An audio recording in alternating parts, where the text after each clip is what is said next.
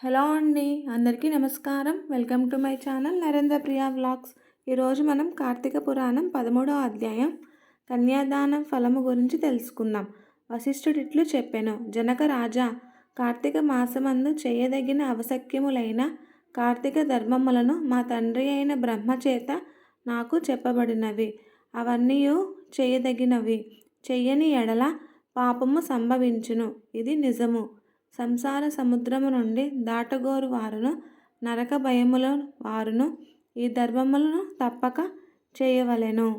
కార్తీక మాసమందు కన్యాదానము, ప్రాతస్నానము, శిష్టుడైన బ్రాహ్మణి పుత్రునకు ఉపనయనము చేయించుటకు ధనమిచ్చుట, విద్యాదానము, వస్త్రదానము, అన్నదానము ఇవి ముఖ్యములు. కార్తీక మాసమందు ద్రవ్యహీనుడైన బ్రాహ్మణ పుత్రునకు ఉపనయనమును చేయించిన దక్షిణనిచ్చిన ఎడల అనేక జన్మములోని పాపములను నశించును. తన ద్రవ్యమిచ్చి ఉపనయనము చేయించినప్పుడు ఆ వటువుచే చేయబడిన గాయత్రి జపఫలము వలన పంచమహాపాతకముల భస్మమగును. గాయత్రి జపము, హరిపూజ, వేద విద్యాదానము వీటి ఫలమును చెప్పుటకు నాకు శక్యము గాదు. 10,000 తటాకములను త్రవ్వించి పుణ్యమును, 100 రావి చెట్లు పాతించిన పుణ్యమును, 100 దిగుడు బావులు, 100 బావులు త్రవ్వించిన పుణ్యమును, 100 తోటలు వేయించిన పుణ్యమును, ఒక బ్రాహ్మణునకు ఉపనయనము చేయించిన పుణ్యములో 16వ వంతుకు కూడా సరిపోవు. కార్తీక మాసమందు ఉపనయన దానమును చేసి తర్వాత మాఘమాసమందు గాని వైశాఖ మాసమందు గాని ఉపనయనమును చేయించవలెను. సాధువులు శ్రోత్రియులను అగు బ్రాహ్మణులు కుమారులకు ఉపనయనము చేయించిన ఎడల అనంత ఫలము గలదని ధర్మవేత్తలైన మునులు చెప్పిరి. ఆ ఉపనయనములకు సంకల్పము కార్తీక మాసమందు చేయవలెను. అట్లు చేసిన ఎడల కలిగేడి ఫలమును చెప్పుటకు భూమి యందు గాని స్వర్గమునందు గాని ఎవ్వనికి సామర్థ్యము లేదు. పరిద్రవ్యము వలన తీర్థయాత్రయు దేవబ్రాహ్మణ సంతర్పణం చేసిన ఎడల ఆ పుణ్యము ద్రవ్యదాతకు కలుగును. కార్తీక మాసమందు ధనమిచ్చి ఒక బ్రాహ్మణునకు ఉపనయనమును వివాహమును చేయించిన ఎడల అనంత ఫలము కలుగును.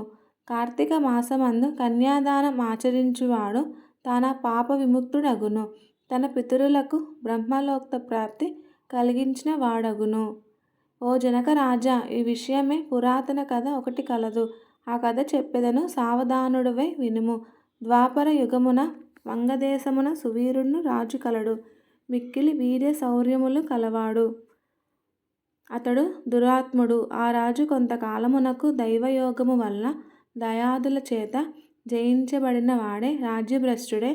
ఆర్దోవ ఏట ఆత్మయోత్మ పత్ని అను శృత్యుక్త ప్రాకారముగా భార్య అర్ధాంగి కనుక ఆమెను కూడా తీసుకొని అరణ్యమునకు పోయి ధనము లేక జీవించుటకై చాలా దుఃఖించుండెను.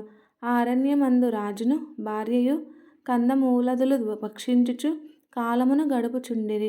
అట్లుండగా భార్య గర్భవతి అయ్యెను. నర్మదా తీరమందు రాజు పర్ణశాలను నిర్మించెను. ఆ పర్ణశాల మందమే సుందరి అయిన ఒక కన్యను కనెను. రాజు అరణ్య నివాసము, వన్యాహారము, అందు సంతాన సంభవము, సంతాన పోషణకు ధనము లేకుండట మొదలైన వాటిని తలుచుకొని తన పురాకృత పాపమును స్మరించుచు బాలికను కాపాడుచుండెను. తర్వాత పూర్వ పుణ్యవశము చేత ఆ కన్యక వృద్ధి నొంది సౌందర్యముతోనూ లావణ్యముతోనూ ఒప్పి ఉన్నదే చూచువారికి నేత్రానందకారియై ఉండెను.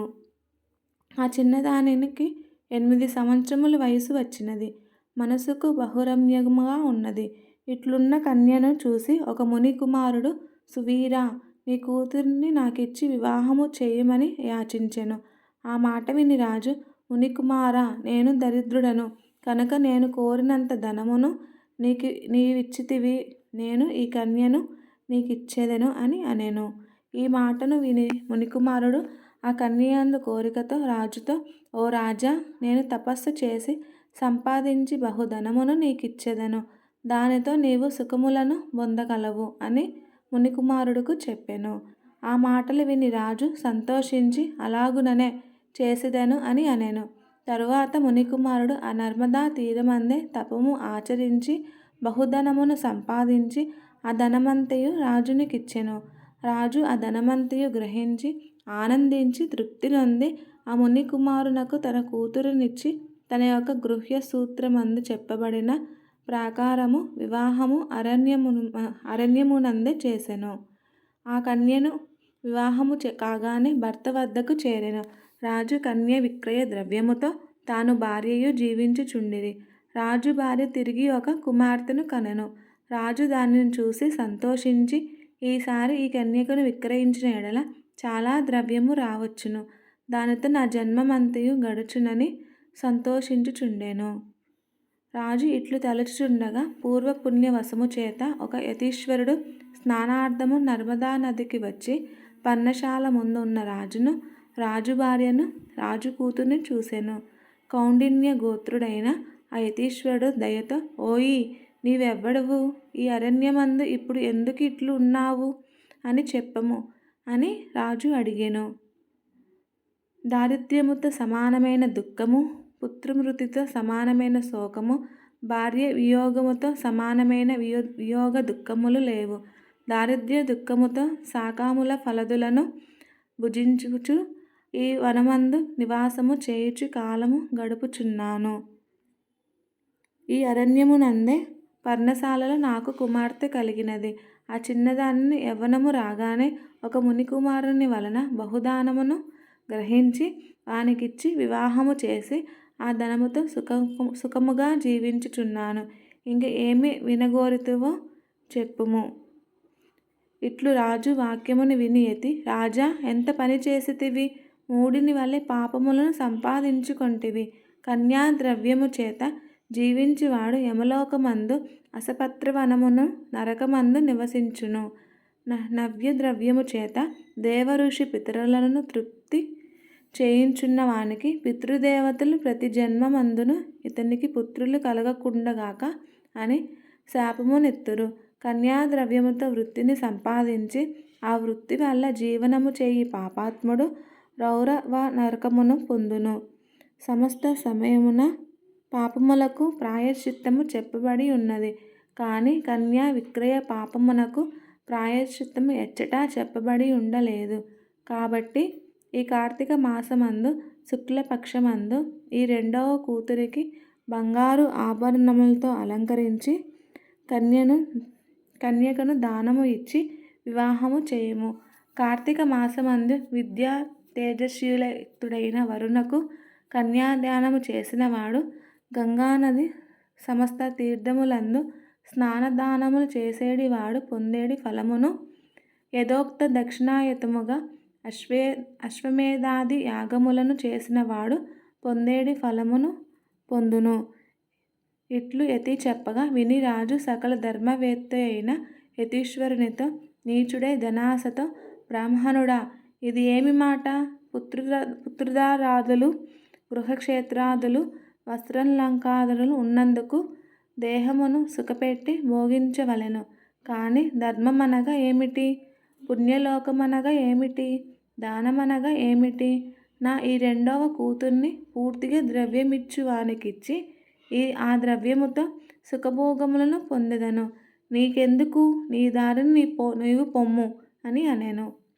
ఆ మాట విని యతి స్నానము కొరకు నర్మదా నదికి పోయెను. తరువాత కొంతకాలమునకు ఆయరణ్యమందే సువీరుడు మృతినొందగా యమదూతలు పాశములతో వచ్చి రాజును కట్టి యమలోకమునకు తీసుకొని పోయిరి. అచ్చట యముడు వానిని చూసి కల్లెరజేసి అనేక నరకములందు యాతనలను పొందించి అసిపత్రవనమందు రాజును, రాజు పితరులను కూడా పడవేయించెను. అసపత్రమనగా కత్తులే ఆకులుగా గల వృక్షములతో కూడిన చిక్క నివనము. ఈ సువీరుని వంశమందు శృతకీర్తి అనువాడొకడు సమస్త ధర్మములను 100 యజ్ఞములు చేసి ధర్మముగా రాజ్యపాలనము కావించెను. స్వర్గమునకు పోయి ఇంద్రదాలు చేత సేవించబడుచుండెను. ఈ శృతకీర్తి సువీరుని పాపశేషము చేత స్వర్గము నుండి తాను నరకమున పడి యమయాతనలు నొందుచు ఒకనాడు ఇది ఏమి అన్యాయము, పుణ్యము చేసిన నన్ను యమలోకము నొందించినారని విచారించుకొని ధైర్యముతో యమునితో, సర్వమును తెలిసిన ధర్మరాజా, నా మనవి వినుము. ఎంత మాత్రమును పాపమును చేయని నాకు ఈ నరకం ఎందుకు వచ్చినది? అయ్యో ఋషీశ్వరుల చెప్పిన ధర్మములన్నీ వృధాగా పోయినవే. ఇదిగాక స్వర్గమందున్న నాకు నరకమున పడుట ఎందుకు కలిగినది?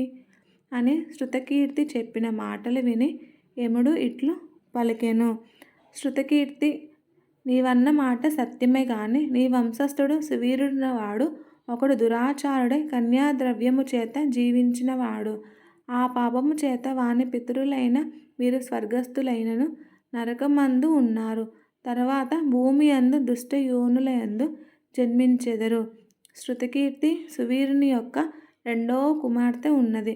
నర్మదా నదీ తీరమందు పర్ణశాలలో తల్లి వద్ద ఉన్నది. దానికి ఇంకను వివాహము కాలేదు. కాబట్టి నీవు నా ప్రసాదము వలన ఈ దేహముతో అచ్చటికి వెళ్ళి అచ్చట ఉన్న మునులతో ఈ మాటను చెప్పి కార్తీక మాసమందు ఆ కన్యని యోగ్యుడైన వరునికిచ్చి కన్యాదానము పెండ్లి చేయుము. కార్తీక మాసమందు సర్వాలంకార యుక్తమైన కన్యను వరునికిచ్చువాడు లోకాధిపతి యగును. శాస్త్ర ప్రకారము కన్యాదానము ప్రశస్తము. అట్లు కన్యాదానము చేయుటకు కన్యా సంతానము లేనివాడు ఒక బ్రాహ్మణునకు ధనమిచ్చిన ఎడల ధనదాతయును లోకాధిపతియై అగును. కన్యలు లేనివాడు 2 పాడి ఆవులనిచ్చి కన్యను తీసుకొని వరునికిచ్చి వివాహము చేసిన ఎడల కన్యాదాన ఫలమును పొందును. నీవు శీఘ్రముగా పోయి బ్రాహ్మణునకు కన్యామూల్యమును ఇమ్ము. దాని చేత నీ పితరులందరూ తృప్తి నొంది నిత్యము సంతోషింతురు అని ఇట్లు పలికెను. శృతకీర్తి యముని మాట విని అట్లేనని యమునికి వందనమాచరించి నర్మదా తీరమందున్న కన్యను సువర్ణాభరణములతో కార్తీక శుక్లపక్షమందు ఈశ్వర ప్రీతిగా విద్యుక్తముగా కన్యాదానము చేసెను. ఆ పుణ్య మహిమ చేత సువీరుడు యమపాస విముక్తుడై స్వర్గమునకు పోయి సుఖముగా ఉండెను. తర్వాత శృతకీర్తి 10 మంది బ్రాహ్మణ బ్రహ్మచారులకు కన్యామూల్యమును ఇచ్చెను. దాని చేత వాని పితరులందరూ విగత పాపులే స్వర్గమునకు పోయిరి. తానును యథాగతముగా స్వర్గమును చేరెను.